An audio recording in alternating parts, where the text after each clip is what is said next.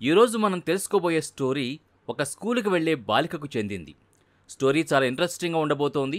ఎక్కడా స్కిప్ చేయకుండా చివరి వరకు చూడండి. షబానా అనే ఒక మహిళ తన లైఫ్కు సంబంధించిన స్టోరీ చెబుతూ, నాకొక కూతురుంది. మా అత్త మా ఇంట్లో వాళ్ళందరితో గొడవపడి మరీ నా కూతుర్ని స్కూల్కి పంపిస్తున్నాను. నేనెంతో కష్టపడి తన స్కూల్ ఖర్చుల కోసం బయట కష్టపడుతూ సంపాదిస్తున్నాను. ఒకసారి నా కూతురు చాలా డబ్బులు చేతిలో పట్టుకుని వచ్చింది. నీకింత డబ్బు ఎలా వచ్చింది?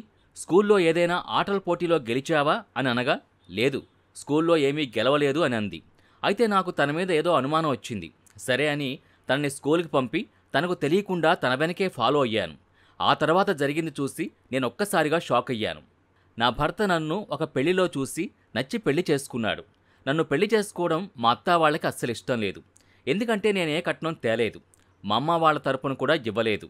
నాకు తప్ప ఇంట్లో మిగతా వాళ్ళకి ఎంతో కొంత కట్నం ఇచ్చారు. నాకే కట్నం ఇవ్వకపోవడంతో మా అత్త వాళ్ళకి నేను నచ్చలేదు. కట్నం ఇవ్వమని మా అమ్మ వాళ్ళని అడిగినా మీ ఆయనే వద్దన్నాడు కదా అని అనడం, ఇక మా బతుకు మేం బతుకుతున్నాం. నాకు 17 ఏళ్ల కొడుకున్నాడు. నా కొడుకు వాళ్ళ నాన్నతో కలిసి పనిచేస్తున్నాడు. కొడుకు తర్వాత నాకు ఒక కూతురు పుట్టింది. తన పేరు షాహీన్. తాను ఇప్పుడిప్పుడే పెద్దదవుతోంది. అయితే షాహీని చదివించటం మా అత్త వాళ్ళకి అస్సలు ఇష్టం లేదు. ఇంట్లో పనులు నేర్చుకుంటుంది, చదివెందుకు అని వారు ఎంతగా నాతో గొడవ పెట్టుకున్నా నాకు మాత్రం షాహీన్ని చదివించాలని ఉంది. షాహీన్కి కూడా చదువుకోవాలని ఉంది. అందుకే ఎంత ఖర్చైనా చదివించాలని డిసైడ్ అయ్యాను. అయితే మేము ఉంటున్న ఊళ్ళో గవర్నమెంట్ స్కూల్ లేదు. అయితే మా ఊరికి దగ్గరలో ఉన్న ఒక హై స్కూల్లో చేర్పించాను. అయితే షాహీన్ చదివే స్కూల్లో ఎక్కువగా మగపిల్లలు ఉన్నారు, ఆడపిల్లలు ఎక్కువగా లేరు. అయితే నా భర్త కూడా షాహీన్ని చదివించకు, ఇంట్లోనే ఉంచు. ఒకవేళ నువ్వు షాహీన్ని చదివించాలి అనుకుంటే నేను మాత్రం డబ్బులివ్వను, నువ్వే చదువు ఖర్చంతా భరించాలి అని అనగా, సరే నేనే భరిస్తానని చెప్పి భర్త అత్తమామతో గొడవ పెట్టుకుని మరీ షాహీని చదివిస్తున్నాను. పెన్సిల్, రబ్బర్లు, ఇంకా చదువుకోవాల్సిన ఇతర ఖర్చులు కూడా నేనే భరిస్తున్నాను. ఇక షాహీన్ స్కూల్ ఫీజు కట్టే టైం రానే వచ్చింది. స్కూల్ ప్రిన్సిపల్ స్కూల్ ఫీజు కట్టాలని అడగ్గా, ఈ నెలలో డబ్బులు లేవని చెప్పడంతో, ఈ నెలలో కట్టనవసరం లేదు, ఈ నెలవి, వచ్చే నెలవి, 2 నెలలవి ఒకేసారి కట్టండి అని అనడంతో సరే అని అన్నాను. షాహీన్ నెల స్కూల్ ఫీజు 2000, అంటే 2 నెలలవి కలిపి 4000, ఇంకా ఇతర ఖర్చులు కలిపితే 5000 వరకు అవుతాయి. ఆ తర్వాత నెలలో కూడా షబానాకి స్కూల్ ఫీజు అనేది అడ్జస్ట్ అవ్వలేదు. నా భర్తని 5000 అడిగితే నేను ముందే చెప్పాను కదా స్కూల్కి డబ్బులు ఇవ్వనని. అప్పుడు నేను డబ్బులు అడిగేది షాహీన్ స్కూల్ ఫీజు కోసం కాదు, ఇంట్లో ఖర్చుల కోసం అని చెప్పినా నా భర్త నమ్మలేదు. ఇక సాయంత్రం షాహీన్ స్కూల్ నుంచి వచ్చింది, రూమ్లోకి వెళ్ళిపోయింది. అయితే ఆ రూమ్లో డబ్బా కింద 2000 రూపాయలు ఉండడం చూసి నేను ఒక్కసారిగా షాక్ అయ్యాను. డబ్బులు చూసి బయట కూర్చున్న నన్ను షాహీన్ స్కూల్ ఫీజు అడిగింది. సరే అని అన్నా. మళ్ళీ తర్వాత రోజు కూడా అదే ప్లేస్లో మళ్ళీ 2000 రూపాయలు కనిపించాయి. నాకు అస్సలే అర్థం కాలేదు. అక్కడ డబ్బులు ఎవరు పెడుతున్నారో అర్థం కావడం లేదు. మొత్తం 4000 రూపాయలు డబ్బుల్ని స్కూల్ ఫీజు కోసం, బుక్కుల కోసం షాహీన్కి ఇచ్చేశాను. షాహీన్ చాలా హ్యాపీ. నువ్వంటే నాకు మస్తు ఇష్టమమ్మా అని చెప్పి స్కూల్కి వెళ్ళిపోయింది. నువ్వంటే కూడా నాకు చాలా ఇష్టం అని చెప్పి స్కూల్కి పంపేశాను. నా మైండ్లో మాత్రం ఆ డబ్బులు ఎవరక్కడ ఉంచారు? మా ఇంట్లో అయితే ఇలా నాకు సహాయం చేసేవారైతే ఎవరూ లేరు. మరి నా ఇంట్లో వాళ్ళు కాక ఇంకెవరు పెట్టుంటారు? ఆ తర్వాత రోజు కూడా సేమ్ అక్కడే మళ్ళీ 2000 దొరికాయి. ఇక నా రూమ్ మీద ఇంకా ఫోకస్ పెంచాను. ఆ తర్వాత రోజంతా నా రూమ్ పైనే మొత్తం ఫోకస్ పెంచాను.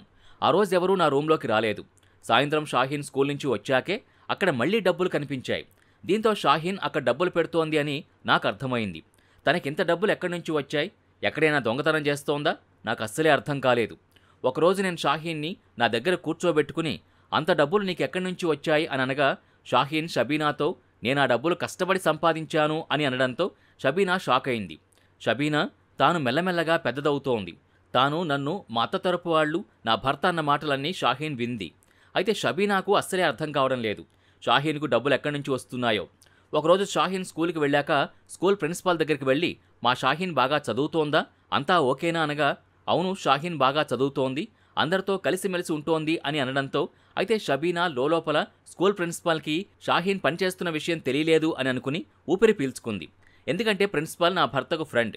నా భర్తకి నీ కూతురు చదువుకుంటూ సంపాదిస్తోంది అని చెబితే మా అత్తకు చెబుతాడు. ఆ తర్వాత కాలనీ అంతా తెలుస్తుంది. ఇక నా భర్త నా దగ్గర చాలా డబ్బులు ఉండడాన్ని చూశాడు. ఈ డబ్బులు నీకెక్కడివి అని అడగ్గా, నేను సంపాదించినవి, షాహీన్ స్కూల్ ఫీజు కోసం దాచుకుని పెట్టుకున్నా అని చెప్పాను. ఇవన్నీ డబ్బులు నీ దగ్గరెందుకు?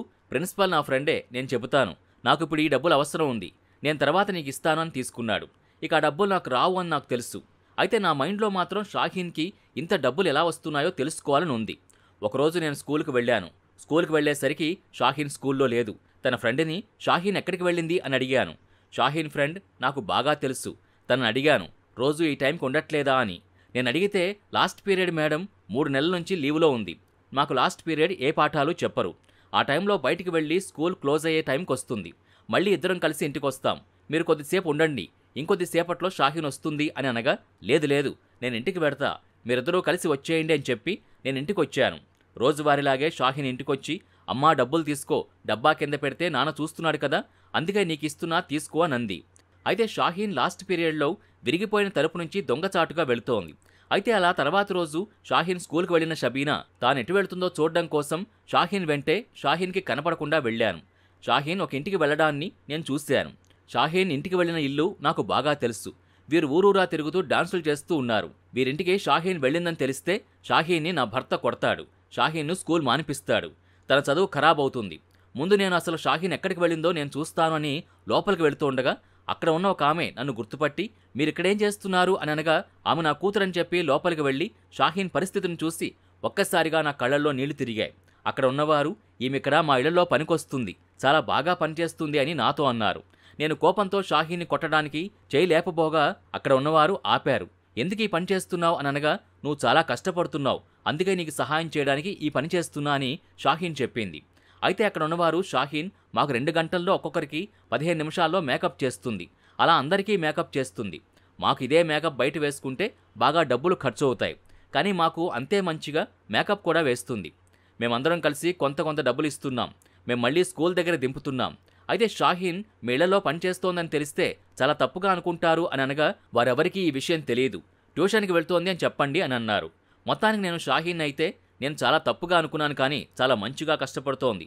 అలా షాహీన్ చేసిన పనితో మా ఇంట్లో చాలా బాగా డబ్బు సంపాదించాం. కొద్దిగా డెవలప్ అయ్యాం. ఇది ఇవాల్టి వీడియో. మరో ఇంట్రెస్టింగ్ వీడియోతో మళ్ళీ కలుద్దాం.